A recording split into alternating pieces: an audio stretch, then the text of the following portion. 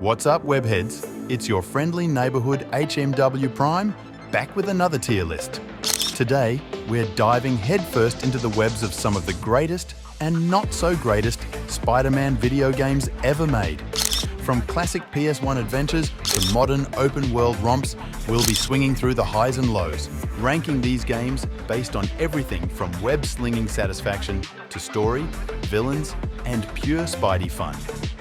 And Insomniac's Spider-Man 2 is not included since I don't own PS5. So, strap on your mask, grab your web shooters, and get ready to get tangled in this tier list.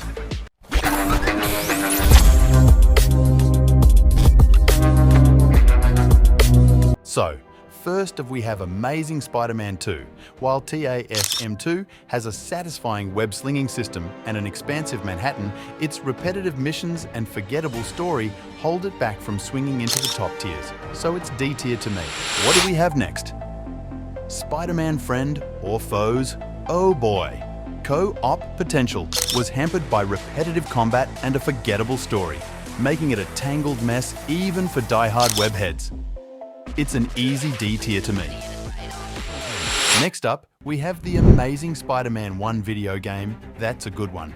While The Amazing Spider-Man's open world and story weren't perfect, its buttery smooth web-slinging and thrilling boss fights make it a fun swing through the Spider-Verse, worthy of a B tier spot on my list. Next, Spider-Man Miles Morales. Swinging into action with fresh powers and a heartfelt story, Spider-Man Miles Morales cements itself as a fantastic addition to the games, proving that Miles Morales is a web-slinging hero worthy of his own title. B tier. Moving on, Spider-Man Shattered Dimensions. I have too many memories playing this game. Swinging through shattered realities with 4 unique Spideys, from Noir's stealthy shadows to 2099's futuristic acrobatics, Shattered Dimensions is a web-slinging masterpiece that deserves a C spot on any Spidey fan's list. Nah, just kidding. B tier on first spot. Okay. So, moving on. Spider-Man Edge of Time. Swinging between dimensions and time periods with 2 iconic Spider-Men is a blast. But repetitive combat and an uneven story hold Edge of Time back from reaching heights of its predecessors. C tier. Next is Spider-Man 2000.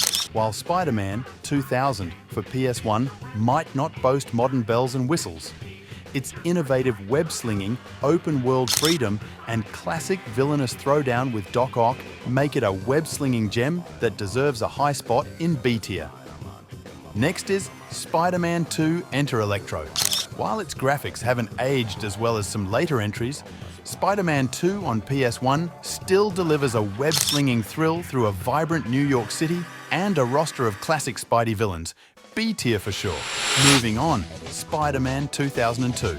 While Spider-Man for PS2 was groundbreaking for its time with open-world exploration and web-slinging, its repetitive missions and less refined mechanics hold it back compared to later Spidey titles. C tier.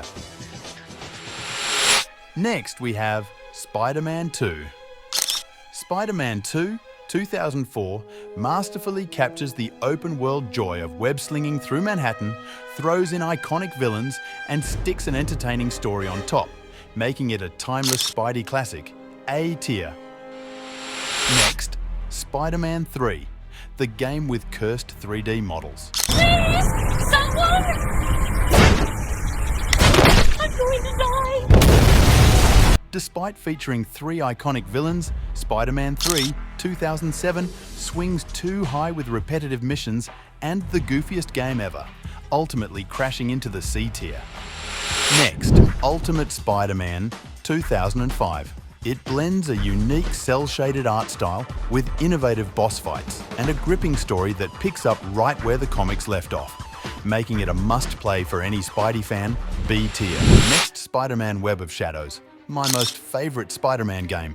Swinging between the red suit's acrobatics and the black suit's brutality, Spider-Man Web of Shadows lets you choose your path in a gritty New York City overrun by symbiotes, making it a dark and addictive web-slinging adventure. B tier on top spot. And finally, we have Marvel's Spider-Man 2018. It redefined web-slinging with fluid mechanics, a breathtaking Manhattan, and a heartfelt story, making it a masterpiece worthy of the A tier on first spot. So that's it for two. Oh, wait a second. E tier is still remaining. Let me fix it. Spider-Man friend or foe? It's on E tier because I didn't enjoy a single thing while playing this game. Alright, webheads, that's all the webs for this tier list. We swung through the classics, the modern marvels, and everything in between, ranking the highs and lows of Spidey's gaming adventures. Do you agree with my picks? Did I leave your favorite Spidey game dangling in the dust? Let me know in the comments below. Until next time, stay safe, stay Spidey, and most importantly, keep slinging those webs.